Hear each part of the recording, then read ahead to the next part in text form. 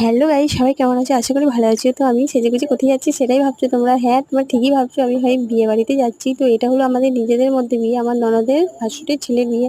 তো চলো সেই জন্য যাচ্ছি। বিয়ের দিন থেকে নিমন্ত্রণের জন্য কিন্তু আসা হয়নি, তো অলরেডি আমরা চলে এসেছি।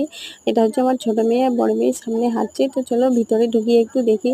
ভিতরে ঢুকেই দেখি যে অনেক ভিড় রয়েছে। আর এই দেখো এখানে গণপতিজির দর্শন আমরা পেয়ে গেলাম, খুব ভালো লাগছে।